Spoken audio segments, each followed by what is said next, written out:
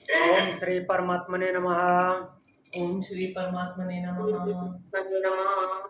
अथ वेदांत दर्शन अथ वेदांत दर्शन शांति पाठः। शांति पाठः।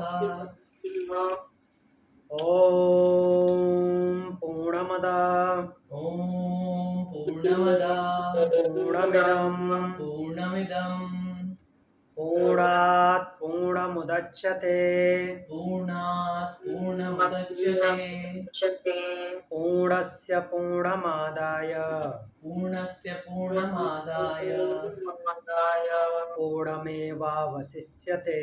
पूर्णमेवावशिष्यते। ओम ओम शांति शांति शांति। शांति शांति शांति।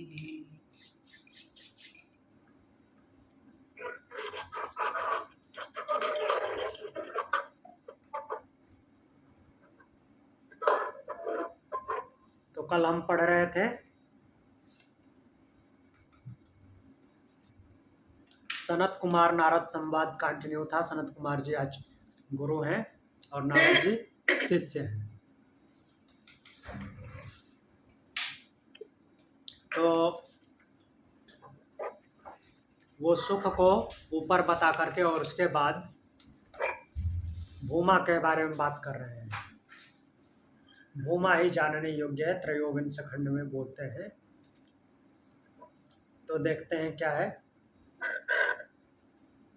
इसको भी हमने देखा था। यो वै भूमा तत्सुखम नाल्पे सुखम अस्ति भूमैव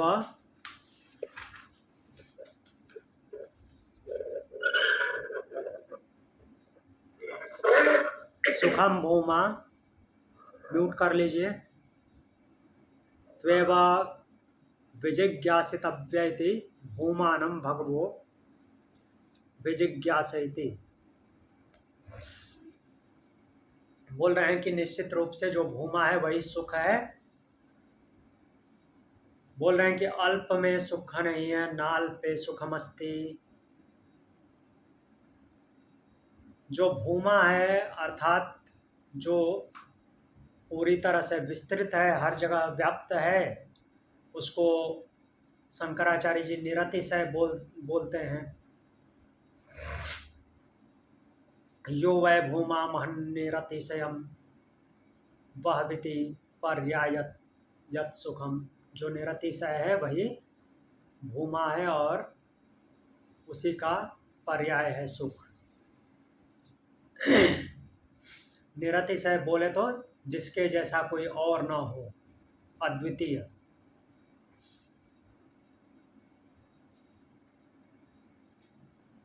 दो शब्द होते हैं, सातिशय निरतिशय। अतिशय से बना हुआ है। अतिशय उसे बोलते हैं जो बहुत हायर लेवल का, श्रेष्ठ हो, ऊंचा हो। उसी से सातिशय, सातिशय जो है मीन्स उसकी सुपीरियरिटी को और बढ़ा देता है अतिशय को। और निरतिशय मतलब कि उसके जैसा अब कोई हो ही नहीं, तो वो ब्रह्म ही है।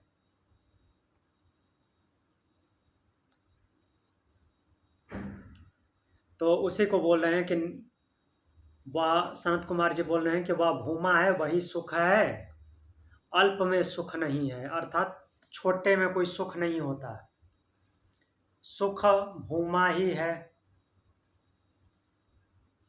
तो यहाँ पे स्वाभाविक सी बात है, सुख को आनंद, आनंद की जगह पे सुख का प्रयोग कर रहे हैं, सुख शब्द का। तो वह ब्रह्म आनंद है और यहाँ पे उसी के लिए सुख शब्द आया है। सुख भूमा है। भूमा की विशेष रूप से जिज्ञासा करनी चाहिए। विजिज्ञासितव्य इति भूमानं भगवो विजिज्ञासयति। बोलते हैं कि भगवान, नारद जी बोल रहे हैं कि भगवान मैं भूमा की विशेष रूप से जिज्ञासा करता हूँ, भूमा के बारे में बताइए। तो अब चतुर्विंश खंड 24वें खंड में बताते हैं।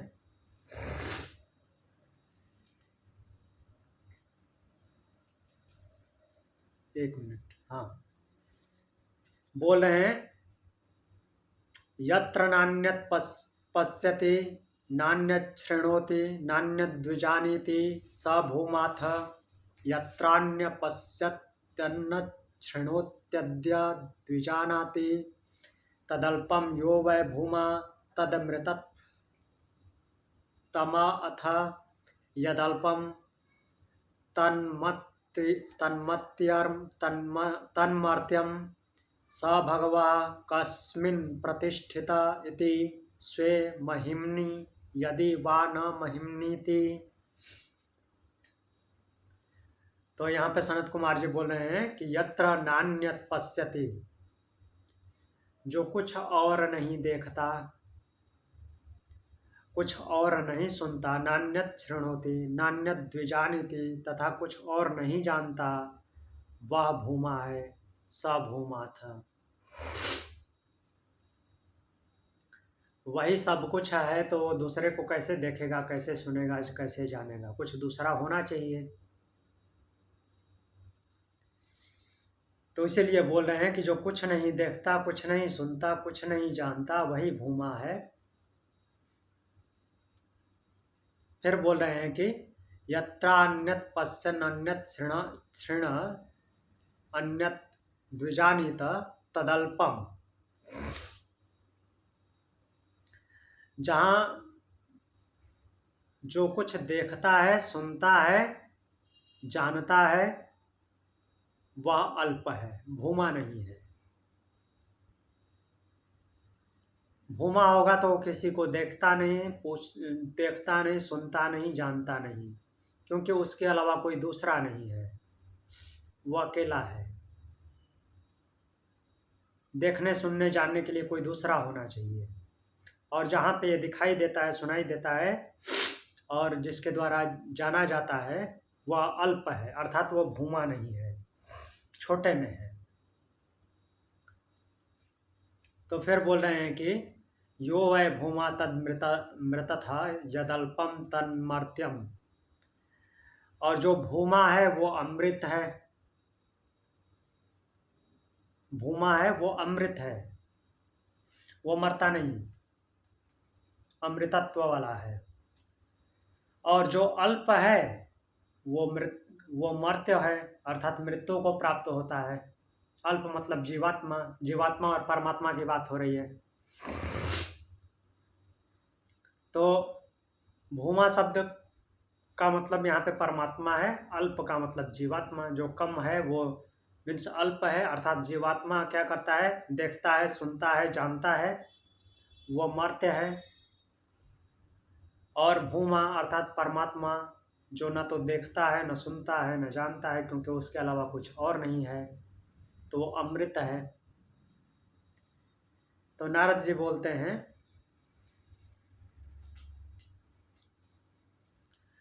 यो वै भूमा तदमृतथ तदल्पम मर्त्यम स भगवा कस्मिन् प्रतिष्ठित इति स्वे महिम्नि यदि वा न महिम्नि इति। तो नारद जी पूछते हैं कि भगवान वह भूमा किस में प्रतिष्ठित है, उसका आधार क्या है, प्रतिष्ठा कहाँ पे है?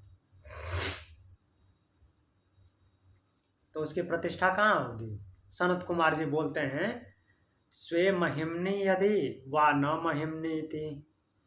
वह अपनी ही महिमा में प्रतिष्ठित है और नहीं भी है, दोनों है। क्योंकि उसके अलावा कुछ और नहीं है, तो ये मान सकते हैं कि वो अपनी महिमा में प्रतिष्ठित है। और दूसरे शब्दों में बोले तो महिमा से भी कोई लेना देना नहीं है, नहीं भी है।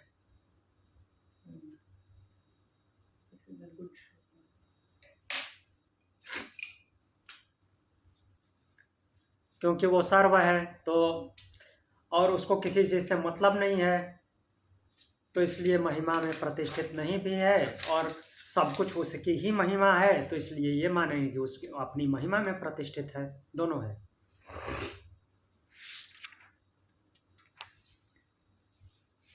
ये समझ आया? ये तो हाँ, फिर से एक बार देख लेते हैं। यत्र नान्यत पश्यति, यत्र मीन्स जहाँ, न अन्यत पश्यति किसी अन्य को नहीं देखता, उसके अलावा दूसरा होगा तभी देखेगा, सीधी सी बात है, कोई है ही नहीं, नहीं देखेगा। नान्यत शृणोति अन्य को नहीं सुनता, नान्यत द्विजानीति अन्य नहीं जानता, स भूमाथ वह भूमा है। यत्रान्यत पश्यत यत् शृणोत्यद्विजानति तद अल्पम, जो अन्य को देखता है, अन्य को सुनता है, अन्य को जानता है, वो अल्प है, भूमा नहीं है। अल्प है बोले तो जीवात्मा है। यो वै भूमा तद अमृता यद अल्प तन्मर्त्यम, जो भूमा है तद अमृता वह अमृत है। अथ और यहाँ पे यदल्पम तन मर्त्यम, जो अल्प है वह मर्त्य है, मीन्स मरता जीता रहता, पुनर्जन्म को प्राप्त होता है। तो फिर नारद जी पूछते हैं, स भगवा कस्मिन प्रतिष्ठित इति, भगवान वह किसमें प्रतिष्ठित है? वह मतलब कि भूमा, हे भगवान वह भूमा किसमें प्रतिष्ठित है, उसकी प्रतिष्ठा कहाँ है? तो बोलते हैं स्वे महिमनी यदि वा न महिमनी थी, ऐसा मान सकते हैं कि वो अपनी ही महिमा में प्रतिष्ठित है या नहीं, महिमा में नहीं भी प्रतिष्ठित है, इस तरह से बोलते हैं। अर्थात सब कुछ उसी की महिमा है, तो ऐसा मानिए कि महिमा अपनी महिमा में प्रतिष्ठित है वो, और उसका किसी से कुछ लेना देना नहीं है। पहले ही बोला जा चुका है कि न देखता है, न सुनता है, न जानता है, उसी चीज से कोई लेना देना नहीं, तो महिमा में प्रतिष्ठित नहीं भी है। महिमा में प्रतिष्ठित है, महिमा में नहीं भी है, ये दोनों है। तो इसको कह सकते हैं कि सर्वगुण भी है और निर्गुण भी है। हाँ, जो भगवान बोलते हैं सर्वेंद्रिय गुणाभासा सर्वेंद्रिय विवर्जिता, सारे गुण भी उसमें है और निर्गुण भी वही।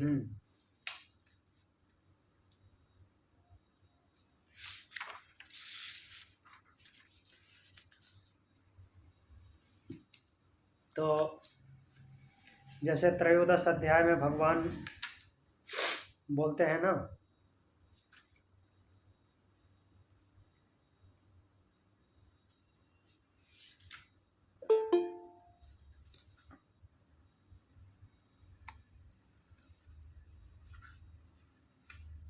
तेरहवें अध्याय का मंत्र है,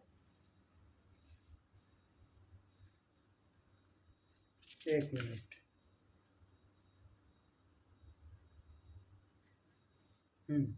सर्वेंद्रिय गुणाभासम सर्वेंद्रिय विवर्जिता 14 नंबर श्लोक है। असक्तम सर्वभृच्चैव निर्गुणम गुण भोक्तृ च, असक्त सर्वभृच्चैव, सब में वो आसक्ति से रहित है, निर्गुण होकर के भी गुणों का भोक्ता है।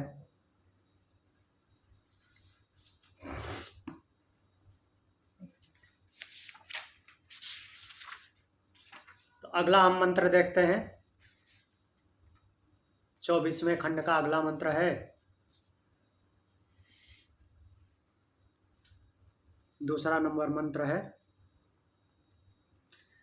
गो अश्वमीह महिमेत्याचक्षते हस्ति हिरण्यम दासभार्यम क्षेत्राण्यायत नानीति नाहमेवं ब्रवीमीति होवाचान्यो ह्यन्यस्मिन् प्रतिष्ठित इति।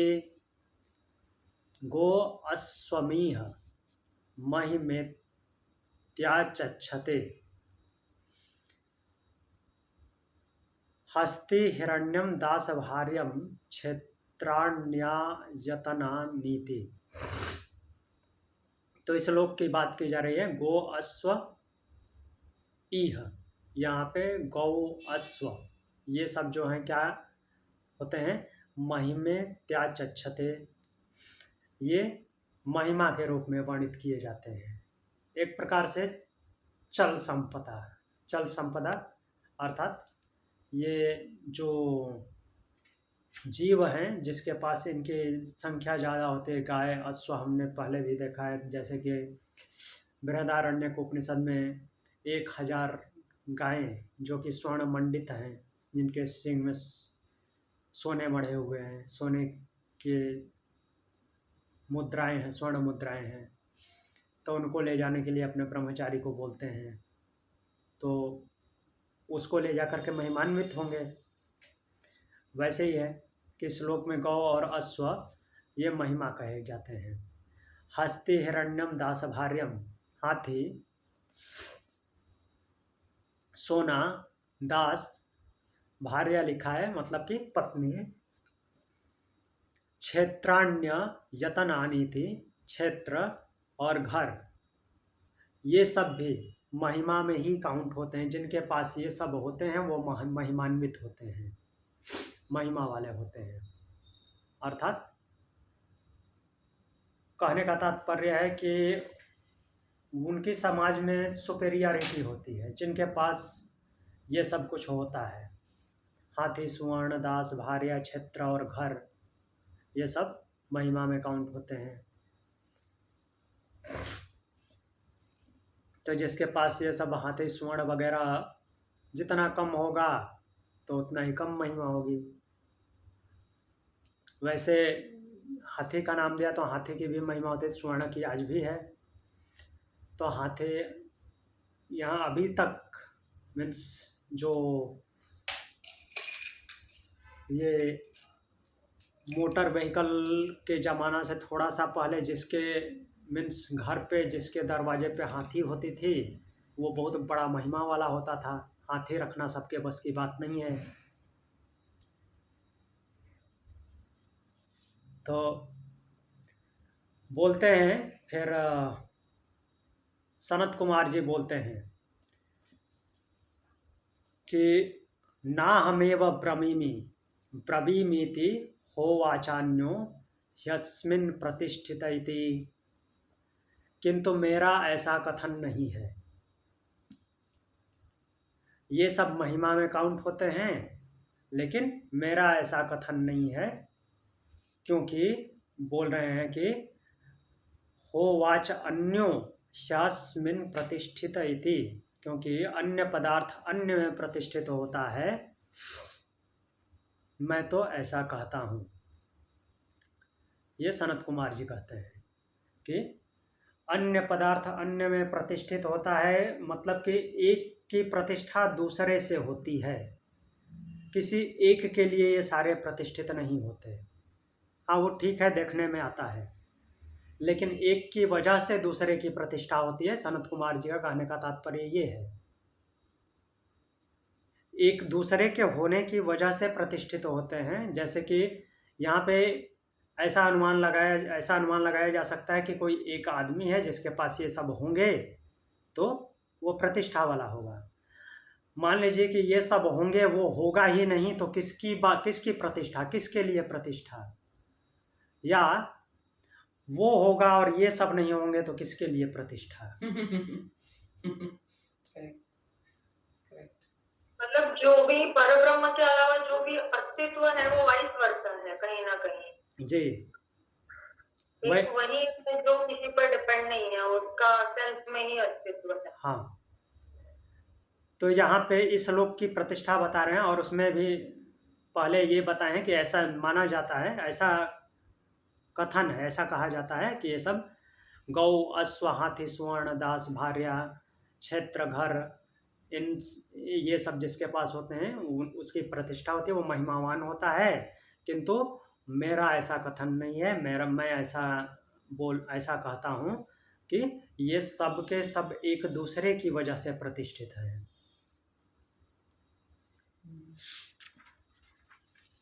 सर आज के समाज में ये बात कैसे बता सकते हैं सबको कि ये जो चीजें हैं ये प्रतिष्ठा नहीं दे रही और असल में ब्रह्म प्रतिष्ठा दे रहा है ये कैसे बता सकते हैं कि ये सब तो प्रतिष्ठा दे ही रहे हैं।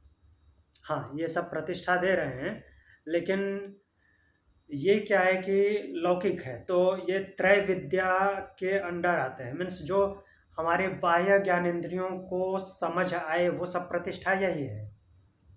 हम्म, अब ये ज्ञानेंद्रियों के लेवल से ऊपर उठने की प्रतिष्ठा वो ब्रह्म की प्रतिष्ठा है, जहाँ पे उसको वही सुषुप्ति में ले जा करके ही समझा सकते हैं कैसी नींद आई।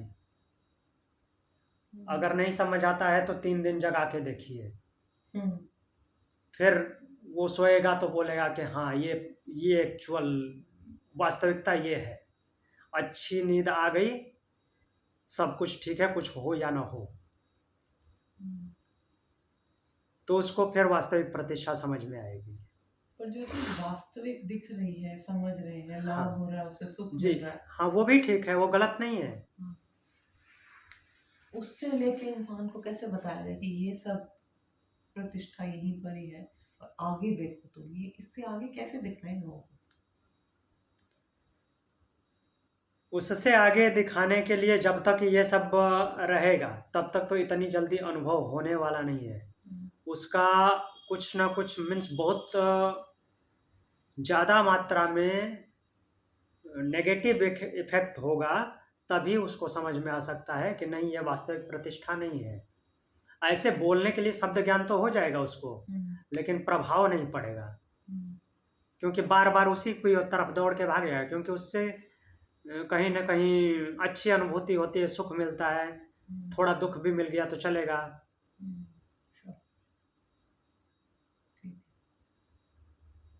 लेकिन वो वास्तविक प्रतिष्ठा तो राजा को भी हो सकती है, रंक को भी हो सकती है।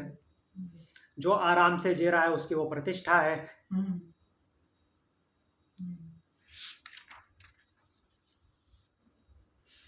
मान लीजिए कि कोई गरीब है, लौकिक दृष्टि से गरीब है, लेकिन उसको किसी चीज़ की ज़रूरत ही नहीं है, फ्री में प्रकृति में रहता है, सब बहुत अच्छे जगह पे रहता है, कोई चिंता नहीं है उसको खाना भी अच्छे से मिल जाता है। ऐसे मान लीजिए जंगल में रहता है, जब वेराइटीज ऑफ फ्रूट्स हैं, और कुछ लकड़ी पे जला के भी बना सकता है, उसको क्या दिक्कत है, और कुछ चाहिए भी नहीं। और बहुत मीन्स हायर कैटेगरी के लोग जिनके पास बहुत सारी धन संपदा अरबों में भरी पड़ी है, लेकिन वो रहते हैं, कितना भी पैसा दे लें तो उनको वैसा जंगल वाला प्योर एयर मिलेगा नहीं, पोल्यूटेड एयर का एयर की ब्रीदिंग करते हैं। तो अब किसका यहाँ पे किसका सुख बड़ा है? वो जिसके पास एक पैसा नहीं है वो कहीं एक रूम भी रेंट करके नहीं रह सकता, और जिसके पास मीन्स पूरा होटल बुक करने के लिए पैसा है और उसको कोई फर्क भी नहीं पड़ता, लेकिन फिर भी उसको वो सुख नहीं मिल सकता जो जंगल में बिना कोई किसी प्रॉपर्टी के आराम से रह रहा है। तो वो सुख डिपेंड करता है कि कौन उस सुख का अनुभव अच्छे से करता है। अब वही जंगल में रहता है और मान लीजिए कि उसको ये तृष्णा हो जाए, इच्छा हो जाए कि मेरे पास भी पैसा होता तो मैं यहाँ पे रहता, जबकि वो वहाँ पे सुखी से है, तो जैसे ही तृष्णा हुई वो वहाँ पे दुखी हो गया।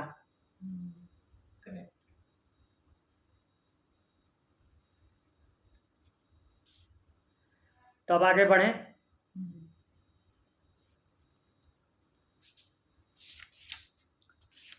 अगले खंड में चलते हैं।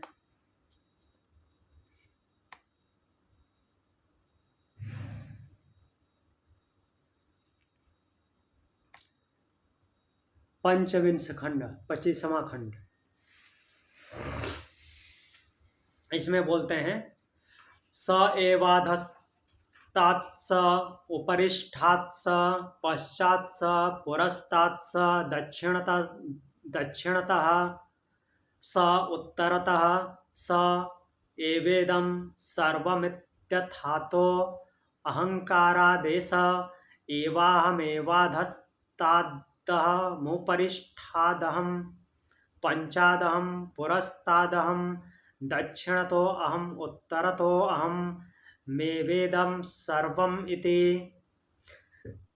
तो इसमें देखने से यही पता चल रहा है कि पहले ब्रह्म के बारे में बताया गया है और उसके बाद एक साधक जो कि ब्राह्मी स्थिति से भावित हो गया है, मीन्स ब्रह्म की स्थिति में पहुंच गया है, तो वो अपने आप को अहम ब्रह्मास्मि के रूप में परिभाषित कर रहा है। क्या है देखते हैं। स एवाधस्ताम,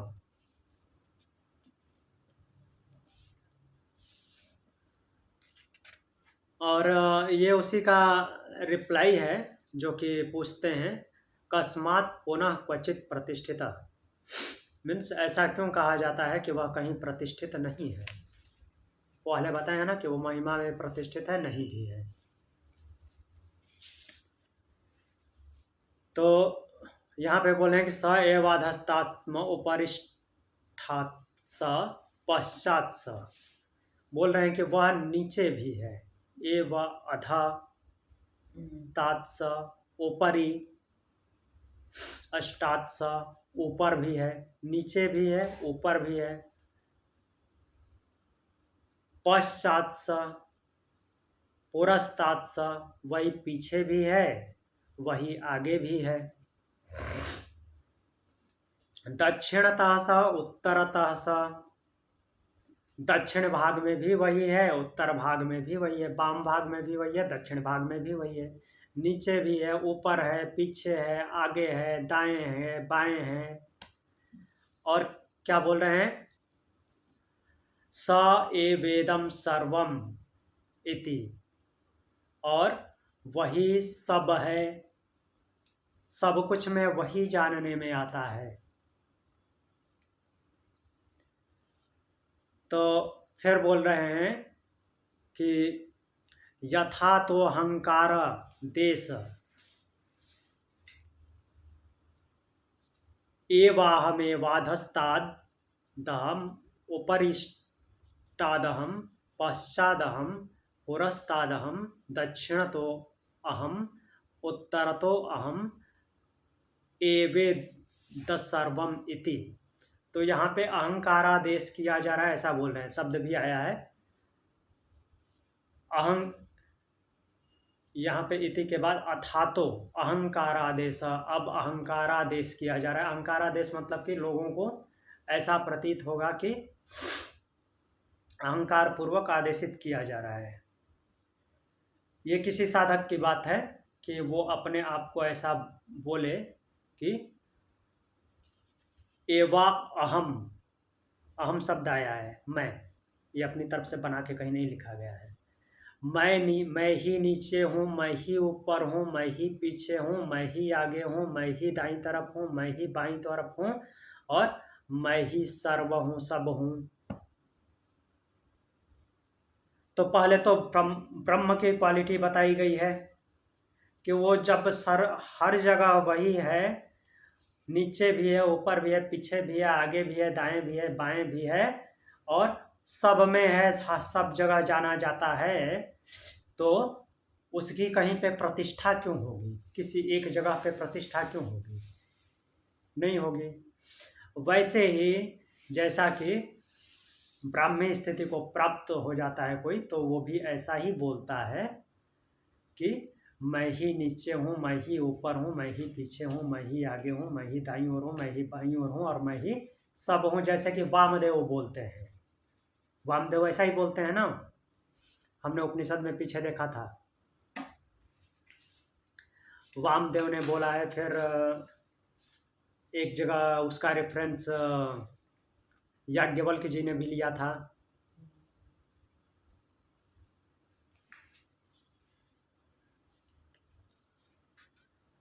फिर आगे मंत्र देखते हैं।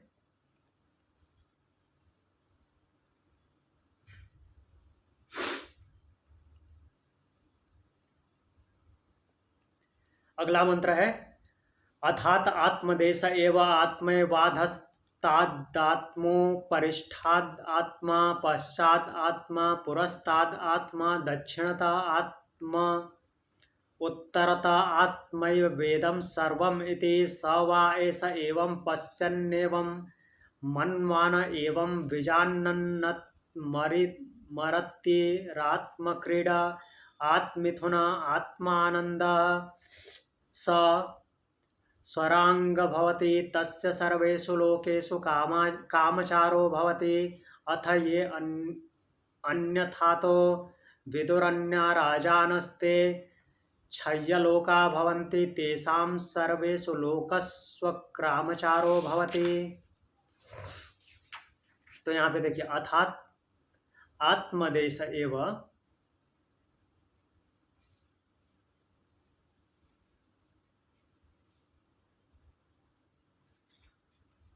तो यहाँ पे संबंध जोड़ा गया है कि अहंकारेण देहादि संघातो अप्यादिश्यते अविवेक अभित्यतदा शंका मा भूदिति। मीन्स अविवेकी लोग अहंकार से देहादि संघात का भी आदेश करते हैं।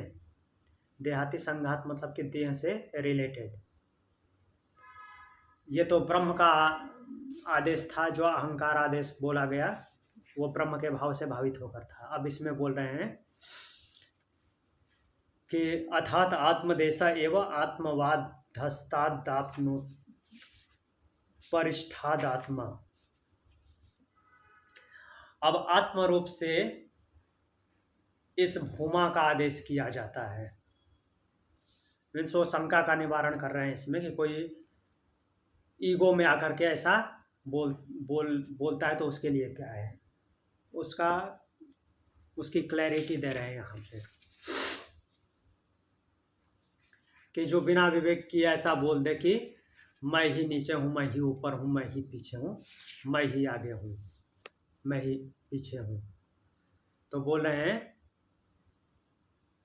कि आत्म रूप से भूमा का आदेश किया जाता है। आत्म रूप से बोल रहे हैं कि आत्म रूप से नीचे है, आत्म रूप से ऊपर है। कहने का तात्पर्य क्या है कि वो जो भूमा है अर्थात परमात्मा है, वो आत्मा में भी वही विद्यमान है, जीवात्मा में भी वही है। तो जीवात्मा में भी यही है, वही है, इसलिए ऐसा बोला जा रहा है कि मैं ही नीचे हूँ, मैं ही ऊपर हूँ, मैं ही पीछे हूँ, आगे हूँ। तो आगे देखते हैं अभी क्या बोल रहे हैं। आत्म रूप से क्या है कि आत्मा ही नीचे है, आत्मा ही ऊपर है, आत्मा ही पीछे, आत्मा ही आगे है, आत्मा ही दाईं ओर है, आत्मा ही बाईं ओर है, आत्मा ही यह सब है। वह यह इस प्रकार देखने वाला है, इस प्रकार मनन करने वाला है तथा विशेष रूप से इस प्रकार जानने वाला आत्मरति, आत्मक्रीड, क्रीड मतलब कि खेल करने वाला, आत्ममिथुन और आत्म आनंद होता है। सब कुछ अपने आप से होता है क्योंकि उसमें वो परमात्मा विद्यमान है। फिर बोले हैं कि वह स्वराट है, आनंद स स्वराट भवति तस्य सर्वेषु लोकेषु कामचारो भवति। तो एक मिनट,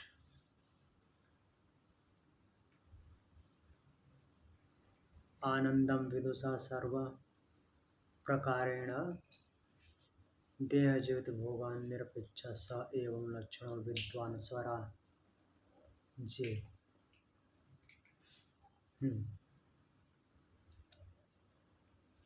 तो हाँ, यही आगे बोल रहे हैं कि आत्मानंद होता है, वह स्वराट है, संपूर्ण लोकों में उसकी यथेच्छ गति है, किंतु जो इससे विपरीत जानते हैं कि वो अन्य राट और क्षय्यलोक, अन्य राट और क्षय्यलोक। अन्य राट बोले तो स्वराट मतलब कि जिसका अपने पास सब कुछ हो, एक प्रकार से राजा की तरह हो, और अन्य राट जिसका राजा अपने से भिन्न कोई और है, अर्थात जो कि अनिश टाइप का है, वो अपना स्वामी किसी और को मानता है। और स्वराट मतलब कि जो अपने आप में ही संपूर्ण है, अपने से बाहर न कुछ समझता है न उससे बाहर कुछ है, तो उसी आत्मस्वरूप को वो भूमा बोला गया है। तो यहाँ पे अन्य राट बोल रहे हैं। और क्षय लोक मीन्स क्षयशील लोक, अर्थात क्षीण होने वाले लोगों को प्राप्त होने वाला होता है। तो उसके लिए बोल रहे हैं कि तेषां सर्वेषु लोकेषु कामचारो भवति। तो क्षय लोका भवन्ति तेषां न सर्वेषु लोकास् कामचारो भवति।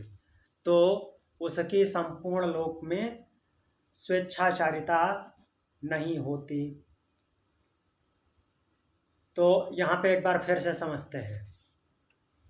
उस आत्म तत्व को बताया गया है इस रूप में, आत्म शब्द को जोड़ते हुए। पहले यहाँ पे उसी भूमा को बोला गया है कि वही ऊपर है, वही पीछे है, वही आगे है, वही नीचे है, वही दाईं ओर है, बाईं ओर है, सब तरफ वही है। और उसका अहंकारादेश किया गया है, अर्थात एक प्रकार से जीवात्मा के भाव में उसी को बताया गया है। जीवात्मा कोई नहीं बोल रहा है, वो ब्रह्म स्वरूप होके कोई ऐसा बोल रहा है कि मैं ही नीचे हूँ, मैं ही ऊपर हूँ, मैं ही पीछे हूँ, मैं ही आगे हूँ, मैं ही दाईं ओर हूँ, बाईं ओर हूँ, और मैं ही सर्व हूँ। फिर आत्मदेश अर्थात आत्मस्वरूप में उसको बताया गया है सॉरी कि आत्मा ही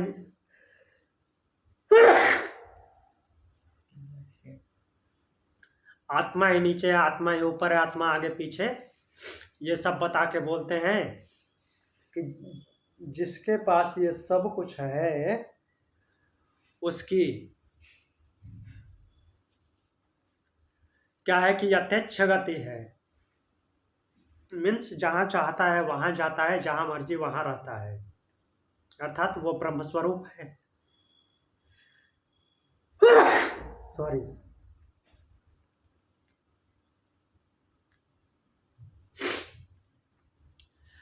और जो अन्य राट है, अर्थात कि अपना ईश किसी और को मानता है, अपना राजा किसी और को मानता है, तो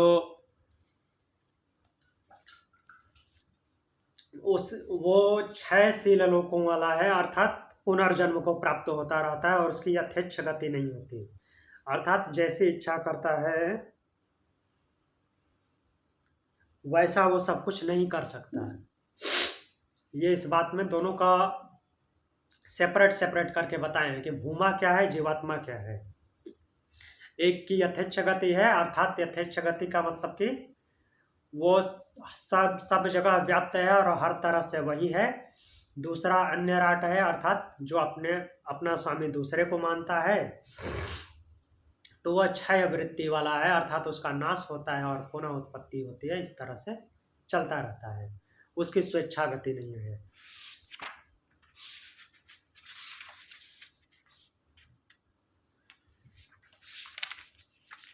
तो इस तरह से अब आगे अंतिम खंड इसका बचता है, इसको भी देख लेते हैं।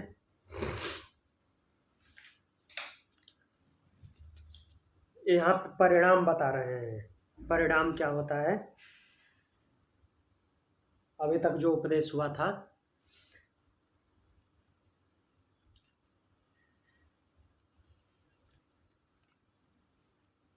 इसके आगे भी चलेगा, बट इसके आगे अभी मंत्र में चलेंगे और कहाँ से एग्जाम्पल लिया गया है। तो 26वें खंड में षड्विंश खंड में बोलते हैं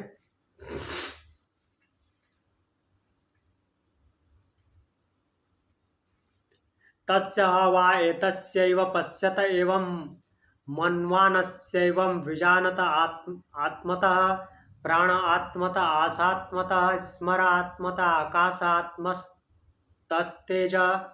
आत्मतः आप आत्मतः आविर्भवति रोभावामतो अन्नम आत्मतो बलम आत्मतो विज्ञानम आत्मतो ध्यानम आत्मतः आत्मतः चित्त आत्मतः संकल्प आत्मतो मन आत्मतो वाग आत्मतो नाम आत्मतो मंत्र आत्मतः कर्मण्यात्मतः एवं एवेदम सर्वमिति। तो जो कुछ भी अब तक बताए थे उसको बता रहे हैं। तस्य वा एतस्यैव पश्यत्, उस इस प्रकार से देखने वाले, एवं मन्वानस्यैवं और उसको उसी प्रकार से मनन करने वाले, और विजानता आत्मतः प्राण आत्मतः उसको उसी प्रकार से जानने वाले विद्वान के लिए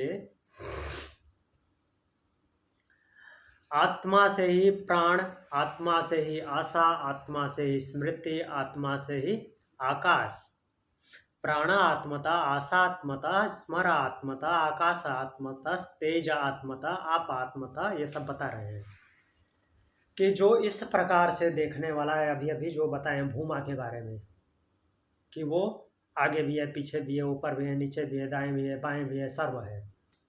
तो उसको इस प्रकार से देखने वाले, मनन करने वाले और जानने वाले विद्वान के लिए आत्मा से ही प्राण, आत्मा से ही आशा, आत्मा से ही स्मृति, आत्मा से ही आकाश, आत्मा से तेज, आत्मा से जल, आत्मा से आविर्भाव होना, आत्मा से तिरोभाव अर्थात समाप्त हो जाना, आत्मा से अन्न, आत्मा से बल, आत्मा से विज्ञान, आत्मा से ध्यान, आत्मा से चित्त, आत्मा से संकल्प, आत्मा से मन, आत्मा से वाक, आत्मा से नाम, आत्मा से मंत्र।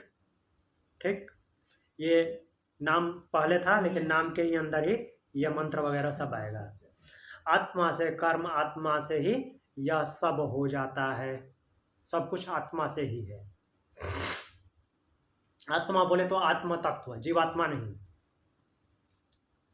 परमात्मा। तो उसको जो ऐसा देखने वाला, मनन करने वाला और जानने वाला होता है, तो उस विद्वान के लिए ये सब कुछ आत्मा से ही होता है, ऐसा वो जानता है।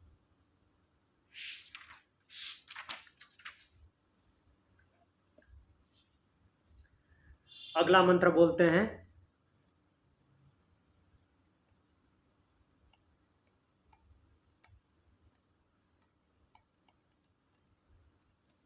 तदेश श्लोको न पश्यो मृत्युम पश्यति न रोगम नोत दुःखतान् सर्वं ह पश्यति सर्वमाप्नोति सर्वसा इति। स एकदा भवति, त्रिधा भवति, पंचधा, सप्तधा, नवधा चैव पुनश्चैकादश स्मृता, शतं च दशं चैकश्च सहस्राणि च विसन्तिराहारशुद्धौ सत्त्वशुद्धि सत्त्वशुद्धौ ध्रुवा स्मृति स्मृतिर्लम्भे सर्वग्रन्थीनां विप्रमोहच्छस्तस्मै मृदितकाशायाय तमस्पारं दर्शयति। भगवान् सनत्कुमार स्कंद इत्याचक्षते तं स्कंद इत्याचक्षते। तो तदेश श्लोको भवति, इस विषय में यह श्लोक है।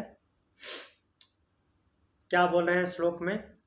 न पश्यो मृत्युम पश्यति न रोगम नोत दुःखतां सर्वहं पश्यति सर्वमाप्नोति सर्वशः इति। तो बोल रहे हैं कि विद्वान न तो मृत्यु को देखता है, जो अभी पहले पिछले मंत्र में बोले हैं कि जो विद्वान उसको ऐसा क्या बोल रहे हैं कि देखने वाला, मनन करने वाला और जानने वाला होता है। वास्तव में वो न दिखता है, न मनन होता है, न जानता है। ये सब कुछ कहने का भाव यह है कि उसको इस तरह से अनुभव करता है। तो वह विद्वान न तो मृत्यु को देखता है, अर्थात मृत्यु से उसका कोई लेना देना नहीं होता है, अर्थात मृत्यु का भय भय समाप्त हो जाता है, मृत्यु का भय नहीं होता, क्योंकि वह अब मृत्यु और फिर से जन्म लेने के चक्कर में नहीं पड़ता। उसको पता है कि अब मुक्त हो जाना है, ये शरीर मैं नहीं हूँ, इसके चक्कर में नहीं पड़ना है। फिर बोले कि मृत्यु को नहीं देखता, न रोग को न दुख को, न रोग को देखता है न दुख को देखता है। वह विद्वान सबको आत्म रूप ही देखता है, अर्थात सर्वत्र समदर्शी होता है। सुनी चैव स्वपाके च सर्वत्र समदर्शिनः, भगवान बोलते हैं। अतः सबको प्राप्त हो जाता है, अर्थात अपने आप को सब में देखता है, सबको अपने आप में देखता है एक भाव से। ऐसा नहीं कि वो अलग अलग पिंड देखता है, एक रस में सम भाव से, कंटिन्यूटी में फ्लो है उसका, अनब्रेकेबल। ऐसा नहीं कि यहाँ पे खाली जगह में वो नहीं है, दूसरे पिंड में अपने आप को देख रहा, नहीं, पूरा एकदम कंटिन्यूटी में है, वह एक होता है। फिर वह 3, 5, 7, 9 रूप हो जाता है। ये प्रकृति के भाव से बोला गया है। जितने पिंड हैं उन सब लौकिक व्यवहार में उतने पिंडों वाला वो खुद स्वयं ही है, अर्थात ब्रह्म के बारे में जैसे बोला गया है प्रकृति विस्तार के बारे में कि उसने इच्छा की, स इच्छत, मैं एक हूँ बहुत हो जाऊं, वही वाला भाव है। तो वही 3, 5, 7, 9 रूपों वाला हो जाता है। फिर वही 11 कहा गया है, वही 100, 10, 1 सहस्त्र और 20 भी होता है। फिर बोल रहे हैं कि आहार शुद्धि, आहार शुद्धौ सत्व शुद्धि, सत्व शुद्धौ ध्रुवा स्मृति, स्मृतिर्लंभे सर्वा ग्रंथि नाम। आहार शुद्धि, आहार शुद्धि मतलब कि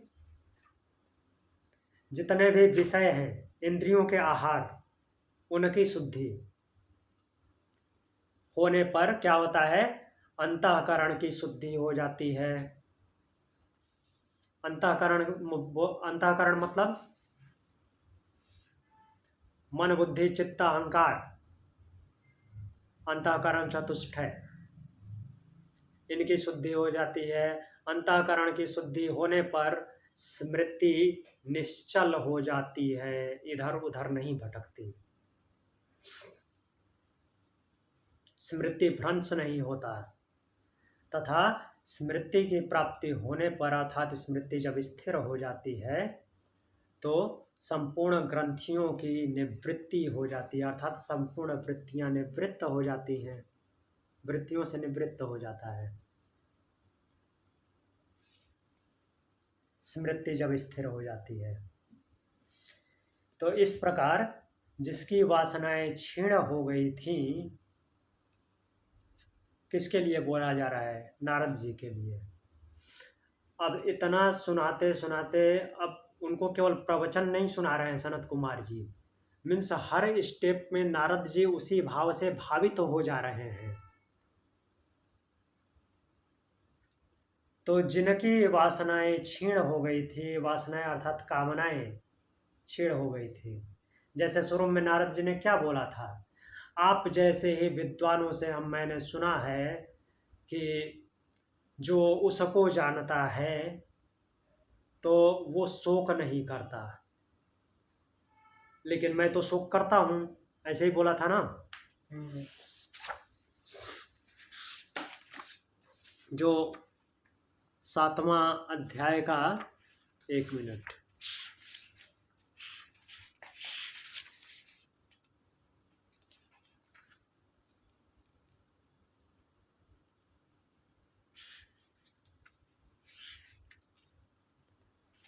हाँ, बोलते हैं कि आप जैसे विद्वानों से ही सुना है कि आत्मवेत्ता शोक को पार कर लेता है, अर्थात उस आत्म तत्व को जो जानता है, अर्थात ब्रह्म को जो जानता है, वो शोक को पार कर जाता है, लेकिन मैं तो शोक करता हूँ। तो स्वाभाविक सी बात है कि मैं आत्मवेत्ता या आत्मज्ञानी नहीं हूँ। तो फिर उनको उपदेश करने के लिए बोलते हैं, तो वही स्टेप बाय स्टेप उपदेश करते हैं, अर्थात उनको उसी भाव से भावित कर देते हैं। तो यहाँ पे वही लिख रहे हैं, श्रुति लिख रही है कि जिसकी वासनाएं क्षीण हो गई हैं, अर्थात नारद जी, उन नारद जी को भगवान सनत कुमार अज्ञान अंधकार का पार दिखलाया। अर्थात भगवान सनत कुमार जो हैं, भगवान सनत कुमार तमस पारम दर्शयति, तमस में से अंधकार से पार का दर्शन करा दिया उनको, अंधकार से परे। अर्थात ये जो प्रकृति में जो इधर उधर भटकना है, ये इस अंधकार से उनको परे दर्शन करा दिया, उसके पार क्या है उसका दर्शन करा दिया सनत कुमार जी ने। और सनत कुमार जी को यहाँ पे स्कंद बोला गया है। स्कंद नॉर्मली किसको बोलते हैं? शिव जी के बड़े बेटे को, हाँ, कार्तिकेय को। तो यहाँ पे उनको सनत कुमार जी को स्कंद ऐसा कहते हैं, ऐसा कहते हैं, 2 बार शब्द आया है। भगवान सनत कुमार स्कंद इत्याचक्षते तस्कंद इत्याचक्षते। तो 2 बार शब्द आने का मतलब कि यहाँ पे ये श्रुति पूर्ण होती है, अर्थात ये अध्याय पूर्ण होता है।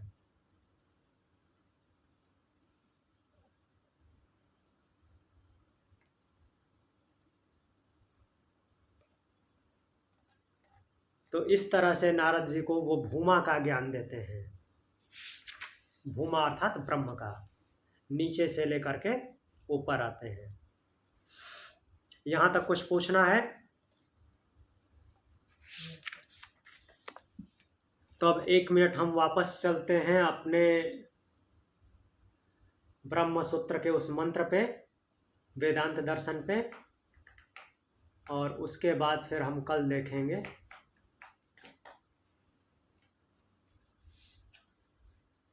एक मिनट रुकिए।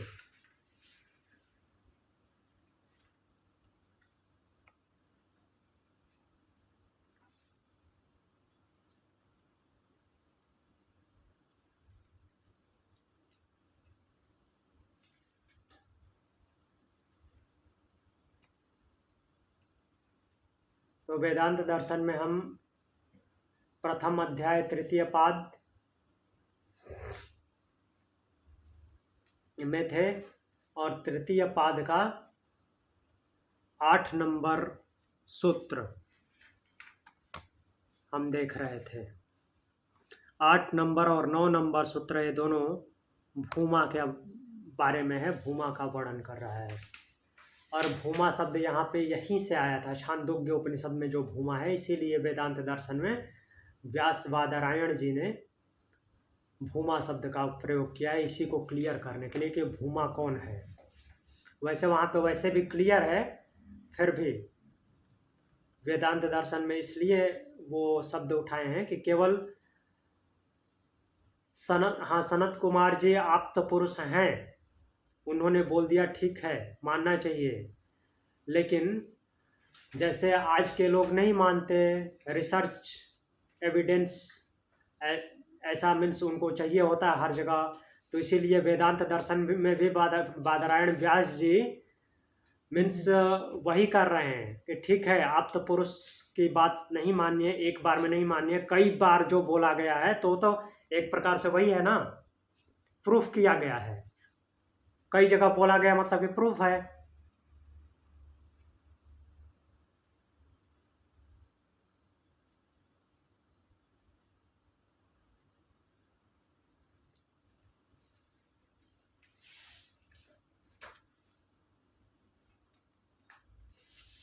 एक 3 8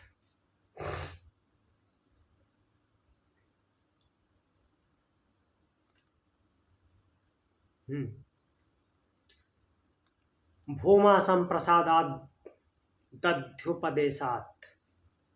भूमा जो कि ब्रह्म ही है, संप्रसाद उसे प्राण शब्दवाच्य जीवात्मा से भी,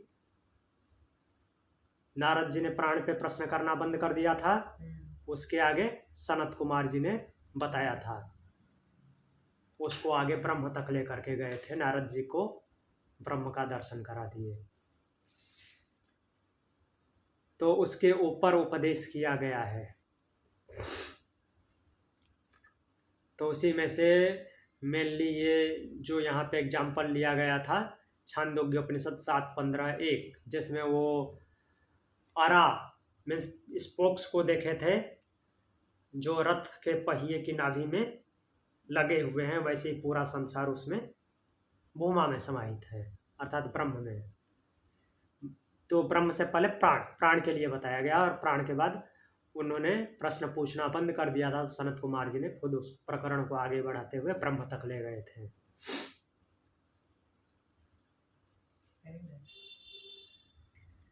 अब आगे जो है एक और एग्जाम्पल लिया जा रहा है। यहाँ पे बोलते हैं कि हमने ये भी देखा था, प्राण ही प्राण को देता है, प्राण के लिए देता है, प्राण पिता है, प्राण माता है, प्राण भ्राता है, प्राण बहन है, प्राण आचार्य है, प्राण ब्राह्मण है। तो इन सब का वो लेकर के बोलते हैं कि जीवात्मा का वर्णन है, क्योंकि सूत्रकार ने यहाँ उस प्राण का ही दूसरा नाम संप्रसाद रखा है, और संप्रसाद नाम जीवात्मा का है। ठीक है। और संप्रसाद ये जो शब्द आ रहा है सूत्र में, भूमा संप्रसाद आद्युपदेशात, मीन्स वो संप्रसाद से ऊपर है। कौन? भूमा। सूत्र क्लियर हो रहा है? भूमा जिसका हमने इतना लंबा चौड़ा पढ़ा, वो संप्रसाद, संप्रसाद मतलब कि जीवात्मा उससे अधिक ऊपर है, ऐसा बताया गया है।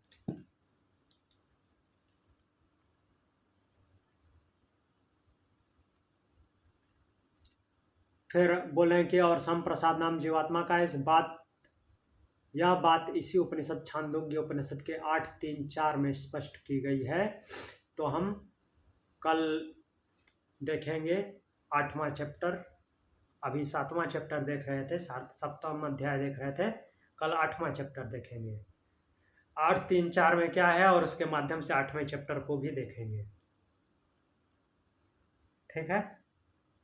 तो आज की कक्षा यहीं पे पूर्ण करते हैं। आज की कक्षा को यहीं विराम देते हैं। और कुछ पूछना है किसी को? ठीक। प्रणाम। ओम शांति। तो ये